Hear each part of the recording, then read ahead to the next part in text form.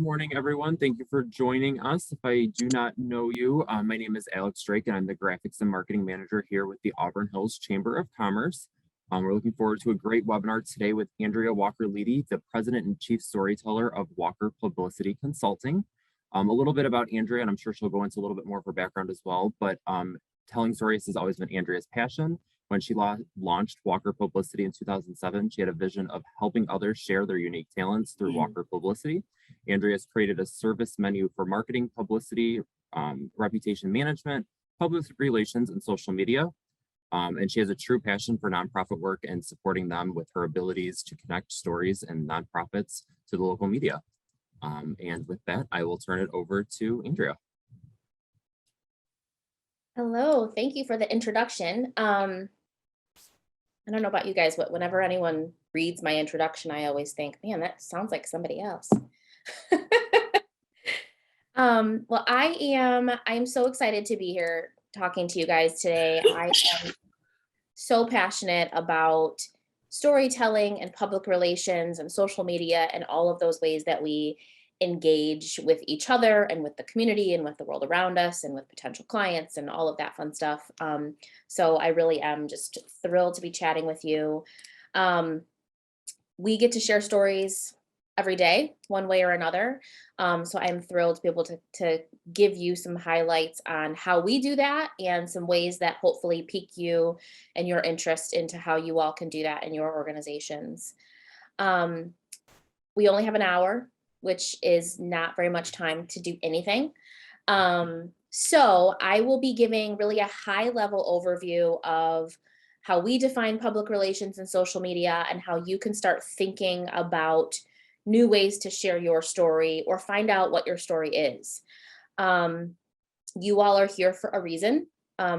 Usually someone has something in the back of their mind that they are thinking, oh, I should do this. We have this question, this thing's happening in our world. So please raise a hand, put a question in the comments, in the chat, jump in, please, I'll stop throughout and give those spaces to ask questions, but I really want this to be a dialogue. Please ask questions. We, learn from each other as much as I'm the expert.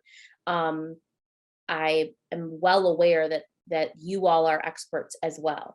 So I want to make sure that, if you have something to share or want to jump in or ask questions, please do. We really, when I started in the PR world and thought through, what is my passion? What is my story? What is my brand? It was in 2007, 2008, when businesses were really struggling. Small businesses and nonprofits specifically were really struggling. And they had great stories to tell, but didn't really have the access to large PR firms and large ad firms and things like that. And so that was really when we decided there must be a spot to be able to help organizations, to help nonprofits without being a large PR firm. And so we really, my goal has always been to remain a boutique place where people can come and just learn and engage. So that is who I am, and we will get started. Again, what you'll see here are my definitions of all of these things. Everyone really has, everyone has a little bit different of a way that they share and that they do things. But when I look at what marketing, publicity, and social media mean, it's really that your marketing plan is an overarching integration of all of those mediums that work together to gain awareness for your business.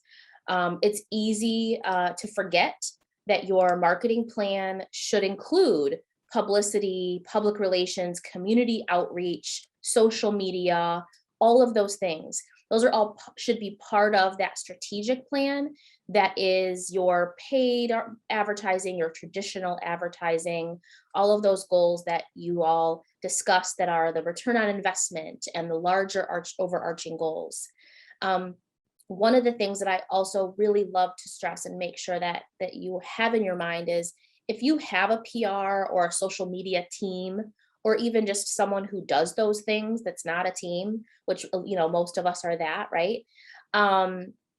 make sure that they're a part of the conversation.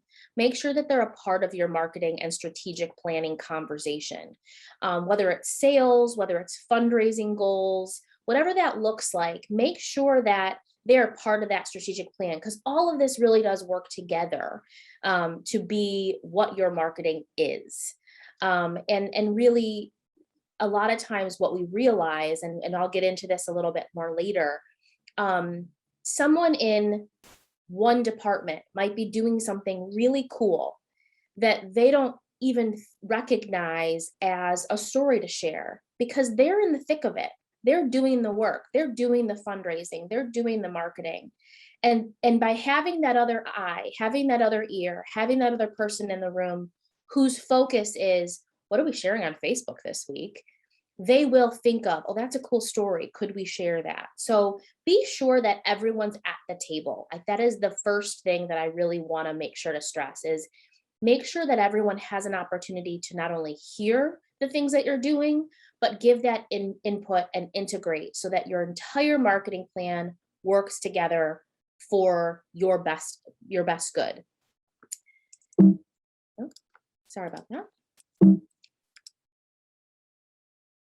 So why do we call it storytelling?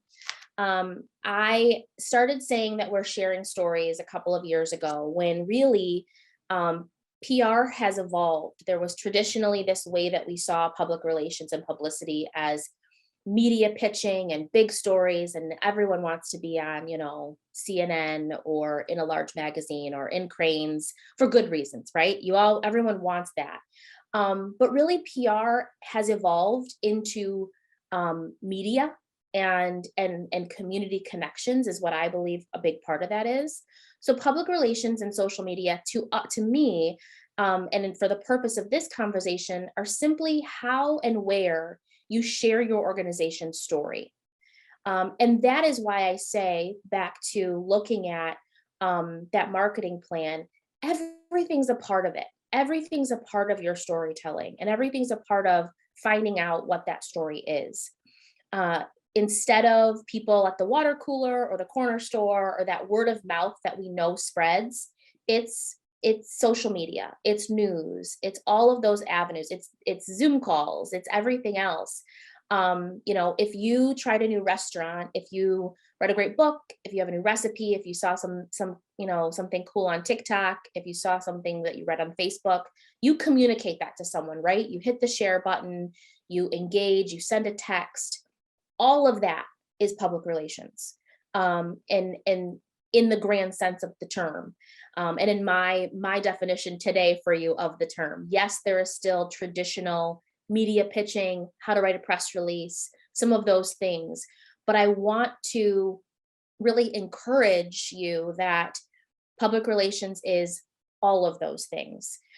Anywhere that someone is at that water cooler and has the potential to talk about your organization is an opportunity to share the story, to relate with your public. And really, when I say public relations, that is the way to do, that's one of the ways to share that story. I define public relations as relating to your public. It's really simple. In my world, the public that I relate to for folks is the media. And so when we look at what is a story that would want to be shared, that's where we really want to take a step back and think, what's unique to me? What is newsworthy? What's happening in the world around you? So when we look at what is newsworthy, one of the things that's really important is to think about, what are you seeing in the news? Obviously, over the last couple of years, we've had a lot of things to see in the news. Over the last couple of days, we've seen a lot of things to see in the news. But what you'll notice is that while the big stories are going on, you will still see someone's promotion, someone's nonprofit involvement. So-and-so received this award. So what I would encourage is for you to start paying attention to the types of news that you see in the outlets that you review. So wherever you are, what is newsworthy? What are you seeing in the news? Another really important thing to look at is, what are your competitors saying in the news? What stories are they getting told? If you haven't thought about PR at all, the best place to start is looking at and talking about where your competitors are in the news, where they're seeing things, where they're actually engaging, and what stories they're getting told. If something's trending in the news, how can you relate with that?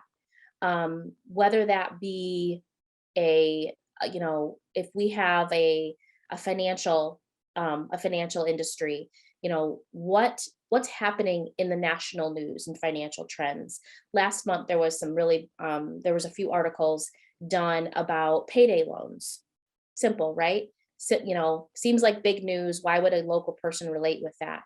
But if you're a financial advisor, if you're a financial planner, if you're a local bank, it's really important to talk about what your expertise is on that national news.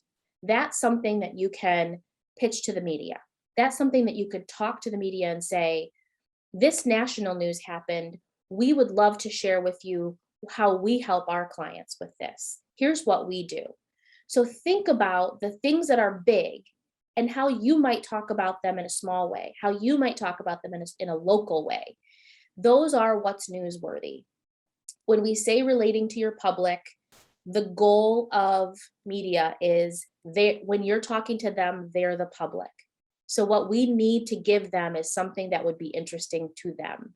What you need to share with them is something that would be newsworthy to them. That's really hard to remember sometimes because we think everything we do is very, very cool. And so it's really hard to remember. The goal is to pique the media's interest. And the best way to learn how to do that is just to start paying attention to what is newsworthy. I see a hand raised, so let's take a break. Hi, this is Paul. Hi. Hi. Your comment just a minute ago about picking up on things in the national news led me to a thought that with what's going on in the world today, the war, a comment about picking up on something in the national news can be so highly politicized. How do you avoid embracing what you think is the right side and not risking alienating whomever by having your comments perceived as being political? We're not messing around with any easy things today. I'm going through something of a personal nature with something like that. So that is, and the reason I said over the last couple of years, we have all experienced so much more of that navigation, right? How do we balance our personal opinions from our business opinions? How do we navigate such a, for lack of a better word to say, because I think this word is a little overused, such a divisive time? It is really hard to navigate. I will say that before this week, I would have said, your business should be Switzerland. That saying no longer works as of this week. Exactly. This is breaking news. This is a substantial shift in all of our lives. So what I will say is your business should be everyone's favorite grandma. Your business should be a comfortable, welcoming place to conduct your business. Your nonprofit should be a comfortable, welcoming place to conduct your mission. One of the things that we've had these conversations this week with a couple of clients. How do we comment? And the first question that I always ask is there something about this that aligns with your mission? Always go back to your mission.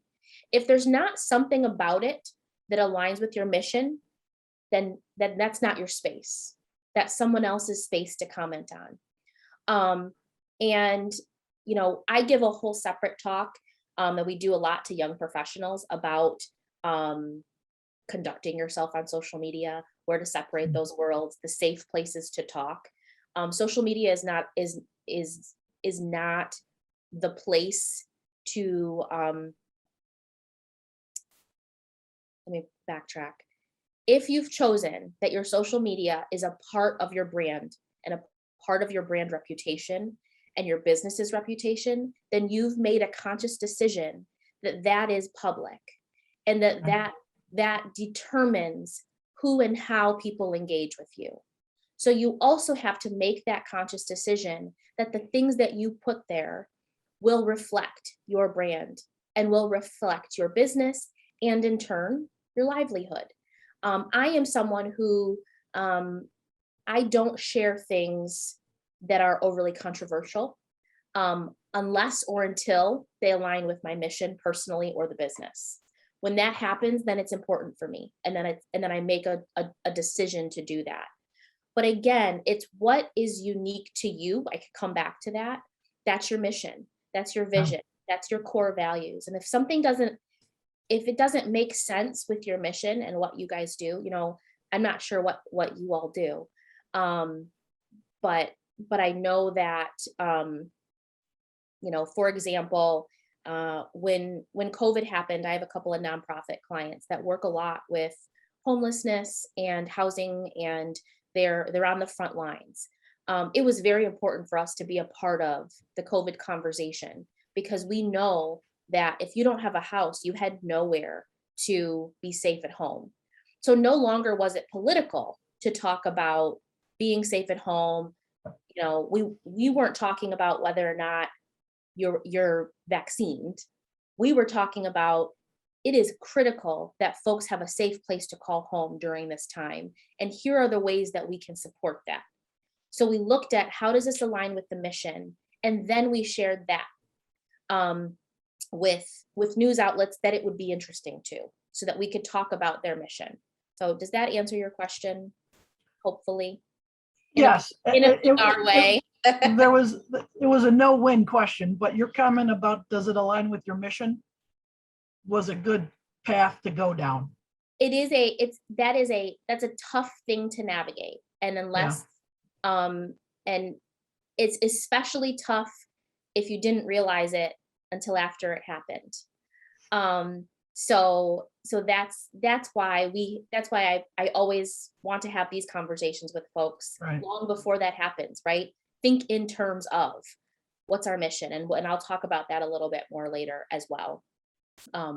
What that, again, this is a short time, so I want to really give you what are those foundations of PR and social media, and that's really one of the biggest pillars. Is what is our mission? What do we do? And how does that relate in a situation? And if it doesn't, then be okay with that. And if it doesn't, but you want it to, you might need to find a way to make it align with a mission. Maybe there's somebody that you can partner with to have it make sense. And that's one of the things that if you see here, nonprofit involvement is something that I really encourage all businesses to do, not only because it's the right thing to do, but that is the easiest way to allow you to align with a mission outside of maybe what you do. That is the easiest way for you to decide, here's a mission that we'd like to embrace and is important to us as an organization, and then help them share their story. And by aligning with them, now you've received that recognition or that exposure as well. We work a lot with folks on their philanthropy arm and the way that they think about partnering with nonprofits. It doesn't have to be huge. It can be, volunteer hours and things like that. But those are ways to develop more of a story if you want more of a story than what you have in your organization already. Are there any other questions now? Now that we jumped right in. And I can't see everyone. So if you want to drop but I can see the chat. So if you want to drop something into the chat, please feel free to. All right. So what is happening in the world around you? Really, how can you relate to that public? Again, taking a step back to meet with your teams and find out what is going on in their departments, in their worlds. One of the questions I often ask leaders of an organization is, what's on your calendar this week? What's on your calendar this month? What are you doing that you probably don't think of as being creative, innovative, newsworthy, something that we might be able to talk about? And then what is happening in the world? So I encourage you to today look at a national calendar, look at national holidays and observances that align with what you do. Find those areas that connect with you. April is Financial Literacy Month. We work with a couple financial organizations. If you have a financial organization, you should be talking about something in April. You can bring that local by talking about what you do. If you decide that that's something important to you and you don't do anything with Financial Literacy Month and you don't offer any education and you haven't gotten involved with the community, then that's that perfect opportunity to say, okay, let's bring in some more team. Let's create this story that we want to be able to share. And you may not share it today, but next April, you'll have a really great story to tell. So really, allow yourself the opportunity to think big and then find out what it would take to tell the story that you want to tell. I think everyone on this call probably can relate with Small Business Saturday, supporting small businesses, locally owned businesses, minority owned businesses, all of those opportunities to share your story in light of how we support our local communities. One of the things I will say now when it comes to press releases and things like that, it's always worth writing a press release, even if that press release goes on your website, on the chamber's website, on your local online news outlet. That's probably part of your public. Your public are the folks that you want to do business with, you want to engage with. If you're all here on this call, then probably other folks that you want to do business with are a part of the chamber. So every Chamber of Commerce has a news portal. If you're not sending that news to the chamber to get picked up in the weekly newsletter, then you're missing out on the easiest way to do public relations locally. You're already a member, it's already a part. This is my shameless plug for the chamber. I am a huge Chamber of Commerce advocate. Every one of my clients joins a chamber when they're opening a new business, whatever one is local to them. I'm a member of 3. I think they're really important to business, but I also think it's the best and easiest way as a smaller organization to identify and connect with your public.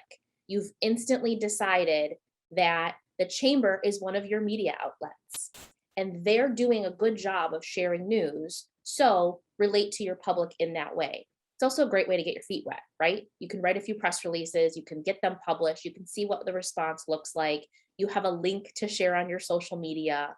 Again, it's a part of the bigger plan. PR is not the answer, says the publicist in the room. It's just not. It is a part of the answer, and it should be a part of the bigger conversation. So take that time, sit down, list the ways that you think are PR worthy or stories that you think are important to your organization. Talk to the different departments in your organization, find out what they're doing, jot those notes, take that time to really brainstorm that. And again, if you can't think of anything to list, 1, call me and I'll help you brainstorm because you're probably doing a bunch of cool things that you don't think are cool. Or 2, think of what you should be doing in order to create the story and start doing that. Partner with a nonprofit, create an event, offer a program, whatever that looks like. Nominate someone for a chamber award. That's going to be news when they win, or if they were just nominated. Things like that in your organization are all newsworthy when you think about them that way. All right, any other questions now before I move a little? Okay. All right. The good news is that we have some media outlets that we can control, which is social media. Every business or brand should be on social media. It doesn't have to be rocket science. Similarly to the way that I speak about PR, I will talk about social media. It is, where's your public? What social media did they utilize? It may not be the same social media you utilize, so be open to that. And I will say now, because usually when I start doing this part of any talk or any conversation ever right now, someone is going to ask me about TikTok and Snapchat, and if their business should be there because that's so trendy. Your most valuable social media outlet might not be the latest trend. Be okay with that. Again, what I want you to think about is, what would we share and who do we want to share with? And then check off the list of where those people might be and what you have capacity to do. I will say that again, discover what you have capacity to do. So you want to create a plan. In order to do anything well, you need to have a plan. We all know this. Look at what your entire year looks like as an organization. If that's overwhelming, look at the next 6 months. What happens each month? What meetings do you have? What employee recognition do you do? Internal communications, newsletters, all of those things that you already do. If you're not already tying in your social media to all of that, look at that first. Easiest way to make a social media plan. If every year for the holidays, you guys adopt a family, put that on the calendar for December. In December, we will make a post about the partnership we do with Adopt a Family. It's that simple. Look at the year. Typically speaking, you engage with your employees somehow. You should be, hopefully you are. If you're not, now is the moment for me to tell you, you should be engaging with your employees in a substantial and intentional way. That's somebody else's webinar, not mine. But I will say it's important and pivotal to your marketing plan is having employee buy-in, especially when it comes to social media. If everyone on your team shares your social media posts, you've just reached all of their worlds, and they have a vested interest in being connected with your business or your organization. So one-stop shop to engage with more social media is to get your employees to want to engage with it. So a part of that plan is sharing what happens in your world with your followers. If you don't have a lot of followers, starting to consistently share your story on social media will start to gain more followers. Be intentional about sharing things that you may not think you want to share. For example, if you have a great program or a great product or someone on your team who is interesting, I think everyone on your team should be interesting, highlight them. Take a selfie, take a picture of your next meeting. All of those things are a part of your business's brand. While we don't, your business social media doesn't necessarily need to post what you had for lunch, but it probably should post what that lunch meeting was. Were you meeting with another business that you're going to partner with? That's a great time to share who you are and who you partner with, and you can tag them. And now you've tapped into their social media following. So if you think of social media like that, water cooler, word of mouth, who's at the corner store, who's at the bus stop, who's on a Zoom call, social media should be thought of that way. If I tell you, am I going to tell you something that you would want to tell someone else? Probably. Let's think of it that way. That's the goal. The goal is that I tell you something that is valuable enough for you to slow down and read, and then hopefully valuable enough for you to share. So really take the time to create the plan. Content is the king and queen of social media. It is okay for you to take a step back and think about, what would we want to talk about? And it doesn't have to be, a lot of social media seems like a spur of the moment story or reel or video or, wow, that was so cool, they just hopped on and did a live. No, they thought about that for 6 months. it is okay for you to have on your plan, be spontaneous. Have that on the plan. Every Thursday, be spontaneous, whatever that looks like. Create that plan. One of the easiest ways that we help people manage social media and create that consistency is we look at the week. So after you've taken time to chart out the next 6 months, everything that's going on, just talk about it. Again, bring the team together. Tell them that, hey, we're being intentional about social media. What's going on in your worlds the next 6 months? What's on everyone's calendar? When are you meeting with someone? What are we doing? Who are we hiring? Who would like to talk about what they do? That's a great way to talk about that. Then you look at the week. If you have 5 days in a business week, decide how many of those days are days that you post to social media. Let's say you decide you can handle 4. Again, decide what you have capacity for as an organization. If you can handle 2, that's okay. Do 2 posts a week really well. And those 2, if you only do 2, then 1 has to be a story and 1 cannot be sales. So if you're going to post 2 posts a week, that looks like 2, 4, 6, 8 posts a month. 2 of those posts can be sales. 4 of those posts need to be a story. And when I say story could mean, meet Jessica, our HR manager. Jessica is so cool and loves to read Harry Potter novels on the weekend. Thank you, Jessica, for all you do for our organization. The end. Wow, Jessica feels really good that you highlighted her. You've let the world know that you have an HR team, which is cool. I might want to work there because I know they have a nice looking, friendly Jessica. And how cool she reads Harry Potter. I might comment about Harry Potter. And now Jessica feels great. And Jessica's going to share that and say, this is so cool. My business recognized me today. So you've just done a bunch of storytelling by just literally looking at your employee roster and deciding who's going to get talked about in a month. I think every organization should have at least 1, usually 2 employee highlights in a month, depending on your size. If you are an organization of 12, that's 1 a month. If you're an organization of 5, that's 1 a month, and then everyone gets to get talked about 2 or 3 times. It's okay. Let them talk about something new.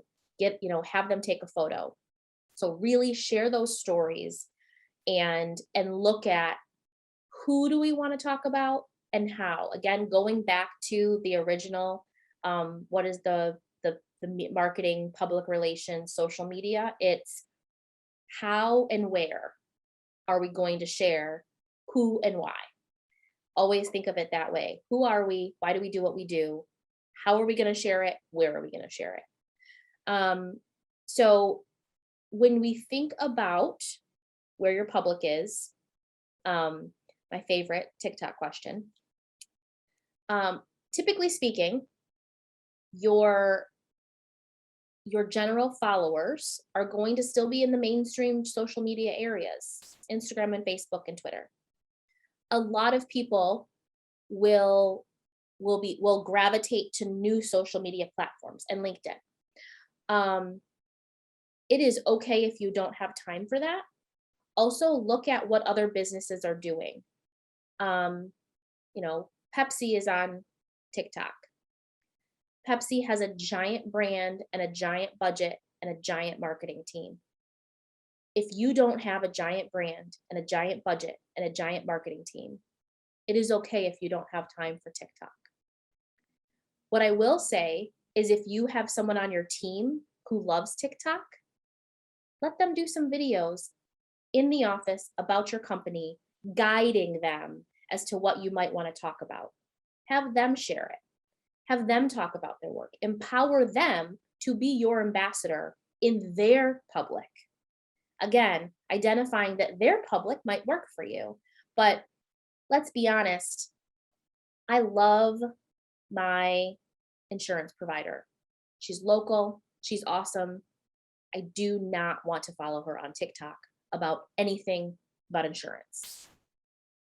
I might follow Insurance Karen, but I will not follow Insurance her brand, right? Just be honest about what is the reality of social media and what is the reality of what you have capacity to do and what you have consistency to do. Regardless of what your industry is, education should be your product. So anytime that you have the opportunity to educate about anything that you're passionate about, that's where I go back to align with your mission, look at your vision, look at your core values, make sure your social media team really understands that, right? Because you want to make sure that you have time to let them embrace the mission and be thinking about the mission when they're talking, right? Yes, Steve, I will give you the presentation after. And maybe even some of these great notes that I almost shared with you already at the beginning of the talk. So really let them take the time to align with the mission. Every once in a while, your social media person, don't let it be an afterthought. Every once in a while, let your social media person sit in on some big meetings. They should know what strategies are coming up. They should know what your sales goals are, what your fundraising goals are. All of that is part of the story. All of that should be part of the plan. And that's when you won't end up with, well, what are we going to talk about on social media? Because your social media person will have already sat in on that strategic session you had 6 months ago where you talked about the next 6 months. Don't call them on a Friday and say, we forgot to tell you on Monday, we're launching an entire new marketing plan. We need you to put it all on social media. Bring them to the conversation way sooner. Create the plan. It is okay to take the time to create the plan. There's a couple questions, so I'll take a little break and ask her a couple questions. What are your thoughts on YouTube advertising? Oh, I forgot to mention YouTube. YouTube, and when you have the budget for any social media advertising, is an excellent thing to evaluate. If you have the capacity to create videos, awesome, do it. This video that we're doing right now is just a Zoom call conversation. It will be on the Chamber of Commerce's YouTube. It's a great way. Shameless plug, I'm giving you this talk because I wanted a video about how I talk about social media. We will share this to our social media. This is a great way to engage. If you have expertise in something, do a video on it. When you look at all of social media as advertising, Facebook, Instagram, TikTok, YouTube, all of those, it's a really affordable way to target some audience. I would say the first thing you should think about is content before advertising. And again, create the plan so that you have some consistent content. The worst thing you can ever do is have a big plan that lasts 3 months on social media. We all know that if you meet a new business and you go to their LinkedIn page or their YouTube page and the last video was 2018, you assume that either they floundered, they aren't consistent, they had a big idea and then they dropped it, or their marketing team quit and left. So they must be doing something wrong, right? Maybe I just assume all these things, but I'm assuming other people think like I do. So anywhere you can be consistent, I cannot say that enough. Think about content, find out how to make it consistent. YouTube and advertising is exactly the same. If that doesn't answer your question specifically, chime in and holler, and I will answer it more specifically. But I think, I think the same way with YouTube. Social media doesn't have to be perfect. YouTube videos don't have to be perfect. They can be conversations, they can be events, they can be things that you're doing. But think of those in the larger plan. Like when you look at your next 6 months, could you do one a month, 10-minute YouTube videos, 5-minute, whatever that looks like? Do you have the capacity to do that? Once you create the content, then yeah, for sure. If you have the budget to push it farther, go for it. It's a great way to target some specific people. it's super scary how specific we can be about social media advertising. I can decide that we would like mothers of children ages 2 to 4 who have gone to Target in the last 3 days, which is everyone, right? To see X posts.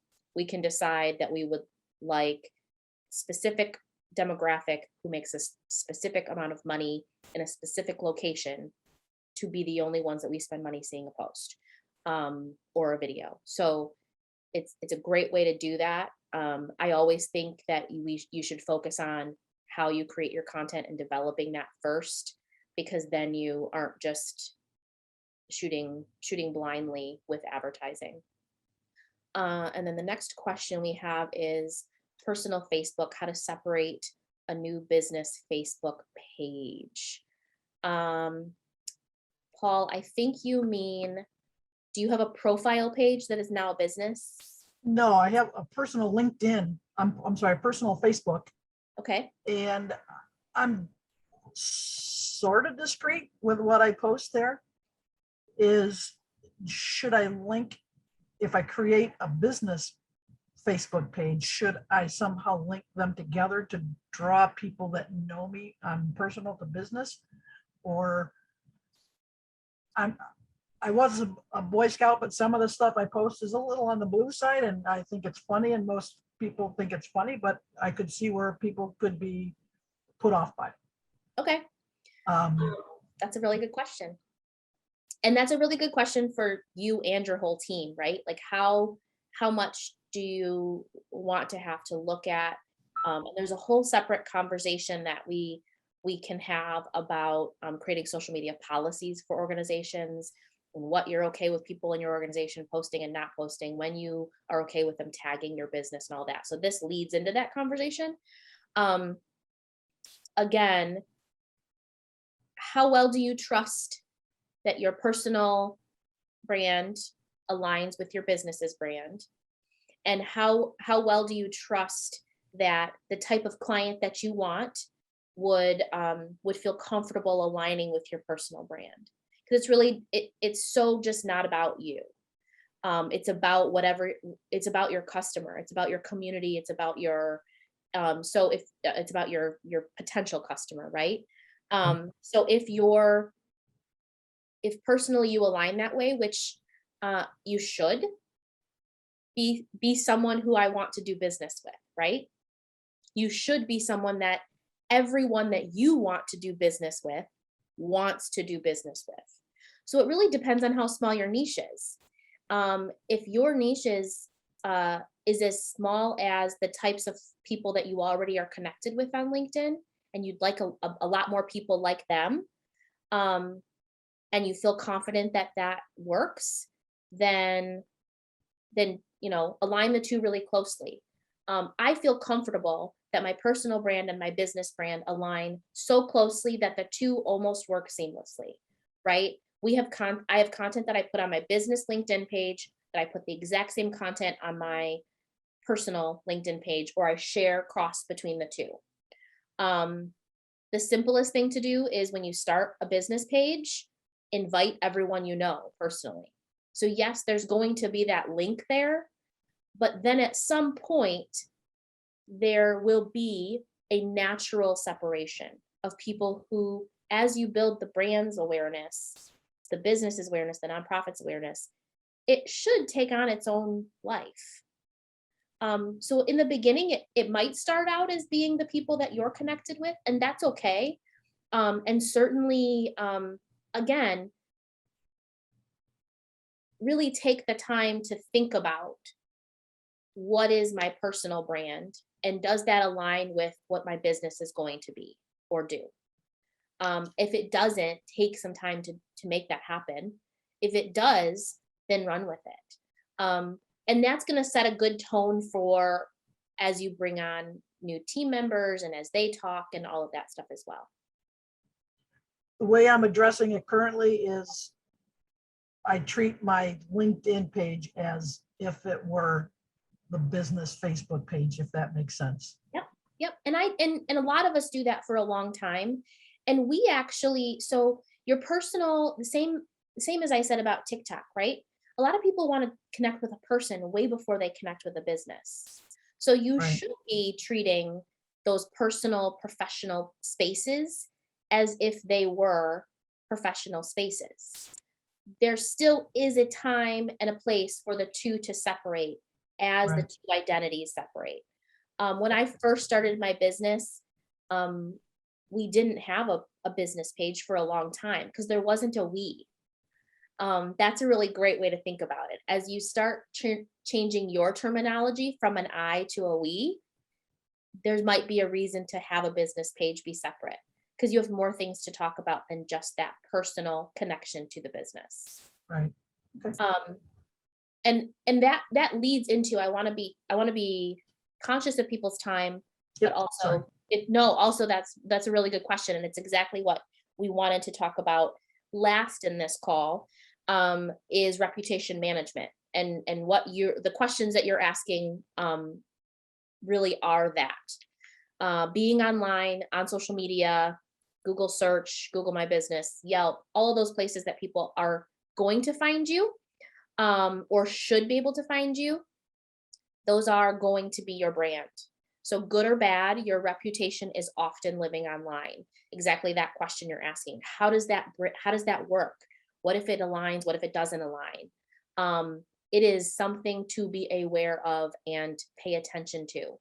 You know, I went back and forth about whether or not I put right on this screen, make it someone's job to pay attention, because it's a bold statement. And not everybody thinks that way. But if you are going to invest in your business at all and have your business be online, then it's really important that it's someone's job to pay attention to what's happening to your business and with your business online. So, social media, Google, other search engines, even your internal platforms and comments, it's a really great way to gauge how your brand is being perceived in real time. I can tell you when a nonprofit has an employee that is not doing great customer service. We do reputation management. In real time, I can tell you somebody's having a bad day because we will get those reviews and we will get those Facebook messages, and we're the ones who monitor that for our clients, right? I can tell you if a restaurant that we work with is having a bad weekend and the cook's out sick and whatever. And I can tell you that because that's the interaction that we get, right? That's the bad stuff. I can also tell you when things are going really, really well. I can tell you when someone was overjoyed with the fact that they were helped by a nonprofit and are thriving because they thank you on social media. So it should be a part of that planning and consistency and capacity, right? Is where do you have the capacity to, once you put it out there, answer questions, thank your fans, respond to your naysayers, hide your slander, totally okay to hide slander, or anything that is not aligned with your mission on a page. That's your page, you own that.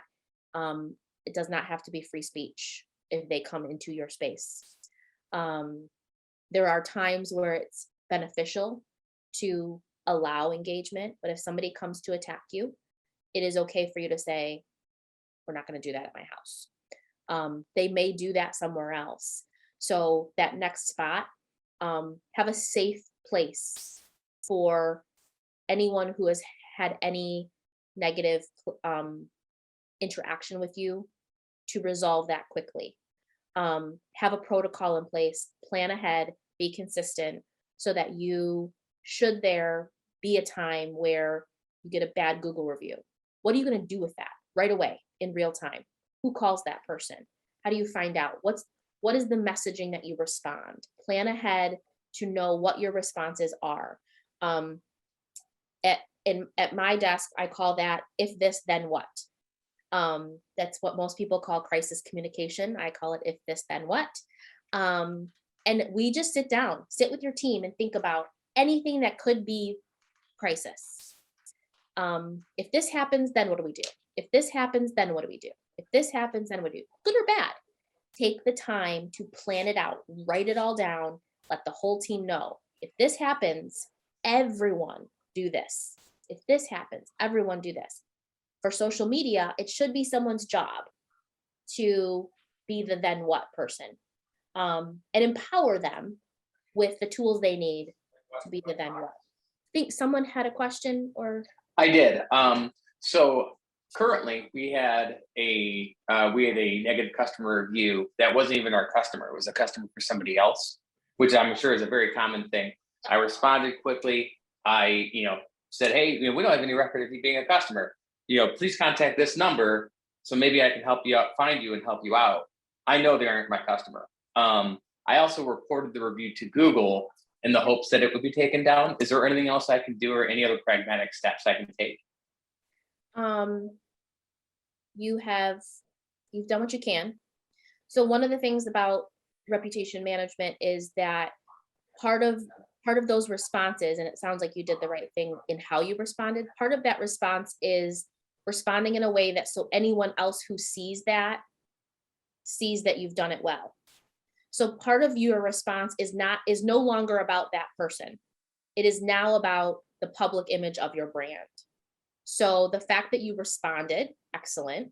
So it's not just out there nowhere. The fact that you specifically called out, we don't have a record of you. Give us a call, let us know. You've let anyone who sees that know that you've given them an opportunity to, again, have a safe place to resolve it. Which, when I say safe place, I mean anywhere that's not online for everyone to see. So you've really done what you can. Reporting to Google, certainly do it. We do it all the time. But unless somebody says something that they really shouldn't, Google's not going to say they did the wrong business. We're going to make them remove that. The best thing to do is try to have a personal engagement with that person. And if you've given them that opportunity, then you've let folks know that you've given them the opportunity and they may never contact you. The other option is sometimes after we've engaged with someone offline, we'll go back and edit our response. So you have the opportunity to then say, edited on X date. Thank you so much for reaching out to us and talking with us. I'm glad that we were able to resolve this. If you need anything else, let us know. What that does is, again, it's no longer about that moment. Now it's about the lasting impression that lasts on your Google page. Great, thank you. Yeah. Okay, any other questions about reputation management? I want to make sure that we've got some time and to wrap up and answer any other questions that anyone might have. All right, awesome. So like I said in the beginning, it's an hour, right? It's an hour to talk about a giant topic, a giant 3 topics, something that I could talk about all day and really do talk about all day. I'm really passionate about this. We barely scratched the surface, but what I hope that I gave you was the challenge and the mindset behind PR, social media, reputation management. And that really, I think, is the hardest part for a lot of us is anyone can tell you how to make a post or what photos to use and all of that. What's more important to you is that you take the time to reflect on your mission, reflect on your core values, reflect on your vision, your products, your community connections, and really think about where those stories are within your organization that you want to share, that you can share, that you are sharing or that you aren't sharing. And bring the whole team in on that. Have those brainstorming sessions where you really just talk about, what are we all doing? What do we like to talk about? Where do you guys look at social media? We have one client that they don't need Twitter.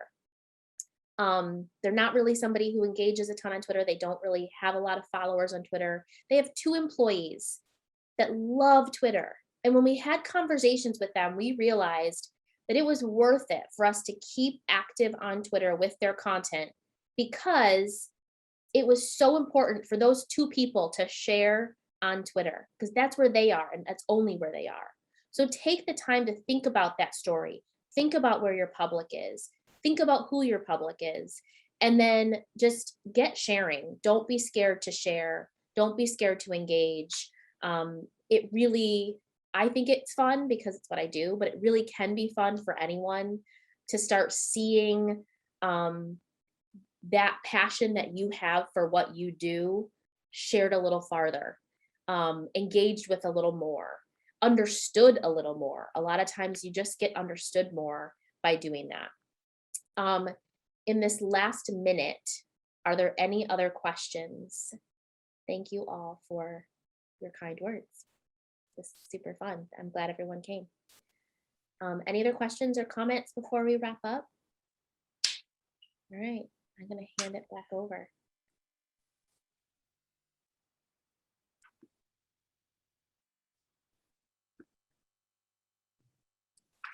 Okay. Well, thank you everyone so much for joining us. Thank you, Andrea. I know I have pages of notes that I took as the person who controls all of our social media here at the Chamber. Thank you for the plug for the Chambers, and I will throw out another plug. Send us your stuff, send us your information, send us your stories, send us what's going on. You have the access through your portal to do it all on your own, but let us know if you need help. That's what we're here for. That's what your Chamber membership includes. So we thank Andrea for giving us that plug too, and making sure that you are an advocate for us. We appreciate it. As we mentioned this morning, that this is recorded, so we will send this out in the next couple of days once it is done, edited, and up on our YouTube channel. And with that, if there's no other questions or comments, anything else that you wanted to add, Andrea? No, thank you guys so much. I am excited to follow you all on social media and start seeing your stories getting shared. All right. Thank you, everyone. Have a great day. Thank you.